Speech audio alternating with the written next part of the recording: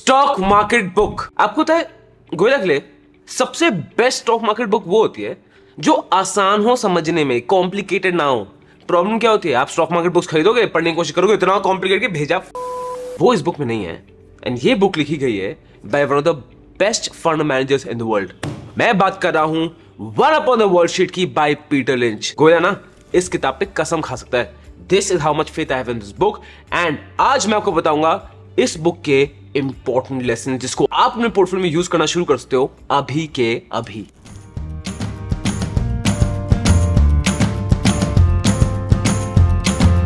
Ladies and gentlemen, my name is Harsh Goyla and I'm an investor trainer and maintain stock market. But आप सीधा उतर रहे sir इस book पे। Simple, amazing and they are so practical to use. One of the best things I like about this book. तो शुरू करते हैं 2 मिनट की इंट्रोडक्शन अबाउट पीटर लिंच से। Those people who don't know, Peter lynch is one of the best fund managers in the world. क्यों? Because 13 years तक इन्होंने एक फंड मैनेज किया by the name of Fidelity Magellan Fund और इस fund की year on year performance आई है of 29%। हर साल 29%, मतलब S&P 500 जो अमेरिका का इंडेक्स है उसको भी बीट कर दिया है। कोई आसपास है ही नहीं। और अगर यार 13 साल के लिए कोई 30% निकाल रहा है ना, he is one of the best fund manager in the world and so is Peter lynch. And इस बुक में पीटर लिंच ने बताया कि क्या क्या चीजें उन्होंने यूज की जो उनको हेल्प करती हैं। तो सबसे पहला पॉइंट आता है don't Gamble, focus on companies earnings. अब पीटर लिंच बुक में ना बड़ी एक इंटरेस्टिंग ऑब्जर्वेशन ये बोलते हैं कि जब किसी को फ्रिज खरीदना है तो आप 6 शोरूम जाओगे, 50 वीडियोस देखोगे, यूट्यूब में देखोगे। मोबाइल खरीदना सेम चीज। पीटर लिंच बोलते हैं जब भी एक आदमी रैशनल माइंड से कुछ खरीदता है ना, वो उसको जानना चाहता है, that is logical. But stock market में लोग इसी लॉजिक की पुड़िया मान के बाहर फेंक देते हैं। क्यों? बिकॉज स्टॉक मार्केट में लोगों को यह भी नहीं पता होता कि उनका बिजनेस करता क्या है, जो उन्होंने स्टॉक लिया है वो करता क्या है, और ये एक्चुअलिटी में फैक्ट है। तो सबसे पहले पीटर लिंच बोले कि अगर आपको पता ही नहीं जो आपने स्टॉक लिया है और वो क्या करता है, बिजनेस क्या करता है, what is the underlining business, आपको उस बिजनेस की समझ ही नहीं है, तब तो देखो दोस्त आप गैम्बल कर रहे हो। और गैम्बल स्टॉक मार्केट में नहीं करते, स्टॉक मार्केट में सिर्फ अर्निंग्स पे फोकस करते हैं। और अब ना मैं आपको इंडियन मार्केट्स के पर्सपेक्टिव से बताता हूं। अब यहां देखोगे यस बैंक स्टॉक खत्म हो चुका है, ओवर है, फंडामेंटली बहुत खराब है, बट उसके बावजूद भी पिछले 2-3 महीने में एनईसी में सबसे ज्यादा volume one of the stocks में यस बैंक में हुई है। As a matter of fact आप ये देखिए कितनी public share holding Yes Bank में है एंड विद टाइम कितनी ज्यादा इंक्रीज ही करती गई है। और ये चलो यस बैंक का स्टॉक हो गया, आप वो स्टॉक देखिए जिसमें रिटेल होल्डिंग हाईएस्ट है, सबसे ज्यादा जनता ने स्टॉक होल्ड कर रखा ना। ये पूरी की पूरी लिस्ट सिर्फ पेनी स्टॉक्स की है। और जो पीटर लिंच बोल रहे हैं वो एक्चुअली में प्रूव हो रहा है कि लोग सिर्फ प्राइस सस्ती चक्कर में खरीद लेते हैं, वो बिजनेस के बारे में कुछ भी नहीं जानते। अब इसी पॉइंट को मैं और प्रूफ करूंगा बाय अपोलो पाइप्स। फिजडम प्लेटफॉर्म क्या करता है to make sure it's easy for you, तो हम इंडियन कॉन्टेक्स्ट में एग्जांपल्स आपको दे रहे हैं। अब अपोलो पाइप्स हम देखोगे फाइनेंशियल ईयर 2013 में इनका रेवेन्यू था 68 लाख इनका रेवेन्यू था। वही 2022 में हो गया, गेस करो, एक बार गेस करो कितना होगा, कितना होगा? 784 crores from 68 lakhs to 784 crores. That was the growth of Apollo Pipes. And of course, net profit वगैरह हर चीज बढ़ गया होगा। आप सीधा सर ग्राफ देखो, ये ग्राफ फट के ऊपर आया है।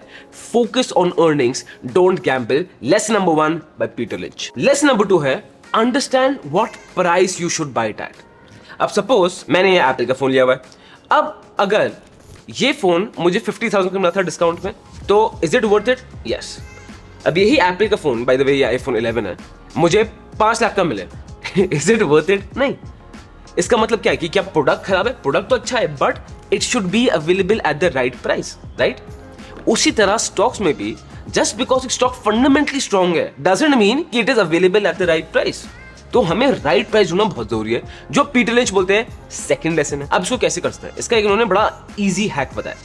एक हैक है प्राइस अर्निंग। अब सपोज पीई इज 15, तो आप क्या एक्सपेक्ट करोगे कि the company should grow by 15% every year. जो उन कंपनी की अर्निंग्स है, जो टॉप लाइन है, it should grow by 15% every year. अब बहुत बार ऐसा होता है पीई है 15 बट कंपनी की ग्रोथ 12%, 10% और पी ज्यादा है। Is it a good company? ना, एक नेगेटिव स्कोप है। अब वही उल्टा करते हैं, पी 15 है बट कंपनी जो ग्रोथ हो रही है वो है 17%, 18%, 20%। क्या ये कंपनी खरीदनी चाहिए? भाई साहब अभी के अभी जेब से पैसे निकालो, वो कंपनी में इन्वेस्ट करो। This is what Peter Lynch say, you have to find the right value of the company. और साथ ही साथ पीटर लिंच की जो 3 मेजर पॉइंट्स आते हैं, सबसे पहला understand the business you invest in. अगर आप अंडरस्टैंड नहीं करते, आप उस धंधे को नहीं समझते, आप टिक ही नहीं पाओगे उस स्टॉक में, और चाहे वो धंधा जितना भी आसान हो, चाहे वो चॉकलेट का नेस्ले का धंधा क्यों ना हो, बट जो धंधा आपको समझ आता हो। सेकेंड चीज, invest for long term. Peter Lynch says actuality में आपको पैसा कमाना है ना, वो सिर्फ लॉन्ग टर्म से ही होगा। ओ पीटर लिंच छोड़ो, Warren Buffett, Charlie Munger, Rakesh Jhunjhunwala, Vijay Kedia, you name it, हर आदमी वो ही बोलता है, तो कुछ सोच के ही बोल रहे होंगे। और उसके बाद कि लाइन मत काटो, इसका आपको मतलब समझाऊं, जैसे टिकट काउंटर में दो लाइन है, ठीक है, ए बी, ए छोटी है तो आप इधर भाग गए, फिर बी छोटी हो गई फिर आप इधर भाग गए, फिर ए छोटी हो गई फिर इधर भाग गए। और जब भी हम सब ने कर रखा है, और जब भी करोगे ना, हमारा नंबर सबसे आखिरी में आता है हर बार, बिकॉज लाइन काट रहेगा कुछ भी फायदा नहीं होता। सेम पीटर लिंच बोलते हैं कि आपने एक चीज में फिक्स किया है, उसको फिक्स रखो, बार बार स्वैप मत करते रहो। एक सेकेंड, अब बहुत बढ़ना होगा क्या कि मैं टर्म यूज करता हूँ पीई, आरओसीई, आरओई, और होस्ट आपको समझ ना आए, विच इज नॉर्मल, और मेरे लिए भी बड़ा डिफिकल्ट हो जाता है कि हर बार वो पूरा मैं आपको स्टार्टिंग समझाऊं। इसके लिए फिजम ने क्या किया है, फिजम ने एक पूरा गोयला से आपके लिए एक फ्री कोर्स बनवाया है ऑन बेसिक्स ऑफ फंडामेंटल। जो फंडामेंटल का बेसिक रूट्स है ना सर, वो आपके इतने क्लियर हो जाएंगे ना, आपको मजा आ जाएगा। ये आ रहा है फिजम प्लेटफॉर्म में, तो आपको इसको एक्सेस करने के लिए क्या करना है, सबसे पहली चीज इस चैनल को सब्सक्राइब करो, बेल आइकन तो फोड़ के दबा देना है। दूसरी चीज, फिजम पे जाके open your demat account, start with the Fisdom platform, so that आप जो उनकी एक्स्ट्रा बेनिफिट्स आ रही है उन सब का सर्विस उठा पाओ। लिंक हर चीज का डिस्क्रिप्शन में, बट सब्सक्राइब और बेल आइकन तो जरूर दबाना। यार तो ज्ञान ही बांटी जा रहा है, मुझे थोड़ा बताना को प्रैक्टिकली कैसे यूज करूं, मुझे ज्ञान नहीं चाहिए, मुझे प्रैक्टिकल चीज बता। ठीक है सर, इस बुक में पीटर लिंच ने ना बहुत एक अच्छा प्रैक्टिकल डिवीजन बताया है on the types of stocks, और अपने पोर्टफोलियो हिसाब से आपको इन स्टॉक्स का बैलेंस रखना है। और इस बुक में ये भी बताया है कि पीटर लिंच के कौन कौन से टाइप ऑफ स्टॉक्स है जो सबसे ज्यादा रिटर्न देते हैं। तो शुरू करते हैं। सबसे पहले आते हैं स्लो ग्रोवर्स। नाम से आप समझ आ रहे हैं, जो ग्रोथ है बट स्लो कर रहे हैं। अब पीटर लिंच का टेक ये है, वो लेते हैं ग्रॉस डोमेस्टिक प्रोडक्ट, जीडीपी। अब आप देखोगे अगर हमारे देश में GDP growth, let's example, let's say 4% और 5% और 6%, व्हाट डज 6% मीन, कि ऑल द इंडस्ट्रीज जो हमारे देश में है सारी हैं, राइट। कुछ ने 6% से बहुत ऊपर परफॉर्म किया होगा, कुछ ने 6% ग्रोथ से कम परफॉर्म किया होगा, but on average they are 6%। पूरी देश के इंडस्ट्रीज का average is 6% GDP growth. This what Peter Lynch says, which is quite logical. अब पीटर लिंच ये बोलते हैं जो स्लो ग्रोअर कंपनीज होती है ना, ये वो कंपनीज होती हैं जो जीडीपी की इक्वल रिटर्न देंगी या जीडीपी से थोड़ा कम रिटर्न देंगी। तो अगर आप देखोगे 2006 से जो इंडिया की जीडीपी है हर साल ऑन एवरेज बढ़ी है बाय 6.19%, तो हमारे देश में slow growers would give you return of 4% और 5% और 6% in this bracket. Slow growers वो कंपनीज होते हैं which are huge, big big big companies जिनका मार्केट शेयर में डोमिनेंस है, जो बेसिकली मार्केट शेयर ओन ही कर रहे हो। अब वो उस सैचुरेशन पॉइंट में आ गए हैं क्योंकि फास्ट ग्रो करना थोड़ा डिफिकल्ट हो रहा है, बट ये कंपनीज बहुत ज्यादा सेफ है टू पुट योर मनी। इनका मार्केट में बहुत स्ट्रॉन्ग प्रेजेंस है। जैसे हो गया जिलेट, आप देख सकते हो कि जिलेट इतना स्ट्रॉन्ग ब्रांड है, बट लास्ट अगर मैं 5-6 साल का एवरेज देख लूं, 3 साल का एवरेज देख लूं, 3% 4% यही ग्रोथ होगी। I am not saying Gillette company खराब है, according to Peter Lynch Gillette आती है स्लो ग्रोअर में, आपको सेफ रिटर्न्स मिलती जाएंगी कंपाउंडेड एंगल से। फिर एक और आता है डाबर, ले लो। अब डाबर की रिटर्न्स पिछले 5-6 साल में 7% की आई है, 3 साल का एवरेज 6% है, और टीटीएम जो ट्रेलिंग 12 मंथ्स मतलब एकदम प्रीवियस 12 मंथ्स एकदम चिपक के, वो तो नेगेटिव ही है। तो अकॉर्डिंग टू पीटर लिंच अगर आप सेफ्टी ढूंढो ना, आपको इस काइंड ऑफ स्टॉक्स चाहिए, बिकॉज इन स्टॉक में ज्यादा स्टडी करने की जरूरत नहीं होती, ज्यादा प्राइस को एकदम फिक्स प्राइस में खरीदने की जरूरत होती है, टाइम करने की जरूरत नहीं होती। ये स्टॉक्स आपको बहुत अच्छी स्टेडी रिटर्न्स देते रहेंगे। सेकंड टाइप ऑफ स्टॉक्स आते हैं स्टॉलवर्ट्स। अब स्टॉलवर्ट्स और भी इंटरेस्टिंग चीज है, वो था स्लो ग्रोवर्स। स्टॉलवर्ट्स क्या है, ये मीडियम पेसर्स हैं। अब पीटर लिंच बोलते हैं कि जनरली ये जीडीपी का डबल रिटर्न देते हैं। तो अगर इंडिया का जीडीपी जैसे मैंने आपको बताया एवरेज पिछले 10-15 साल का आ रहा है 6.19%, तो इनकी रिटर्न होगी 10 से 12% के अराउंड। ये कंपनीज वो होती हैं जिनमें बहुत हाई पोटेंशियल होता है और ये आपको मल्टी बैग रिटर्न देते हैं। ये स्टॉक्स आपके डबल, ट्रिपल, क्वाड्रुपल होने की क्षमता रखते हैं, और जब इकोनॉमी चल पड़ती है ना भाई साहब, ये स्टॉक्स क्रेजी रिटर्न्स देते हैं।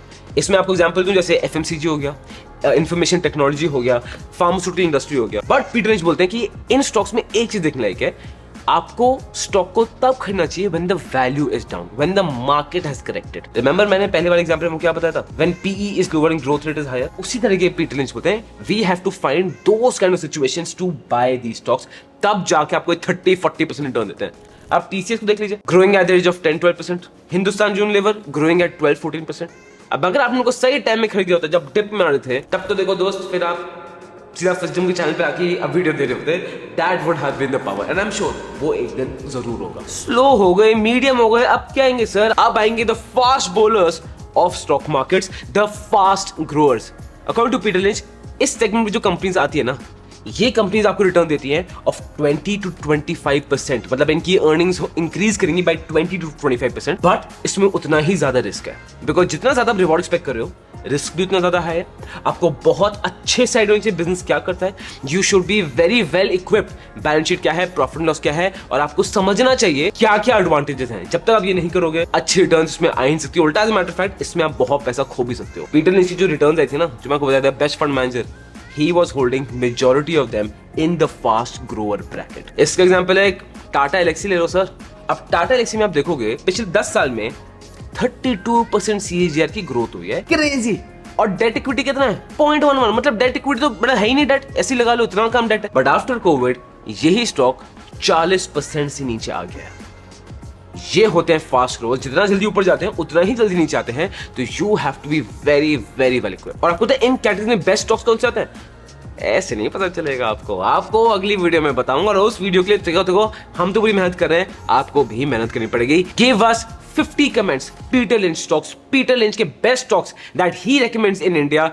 50 कमेंट्स दीजिए, वीडियो पूरी आपकी। Investment in securities market are subject to market risk. Read all the related documents carefully before investing.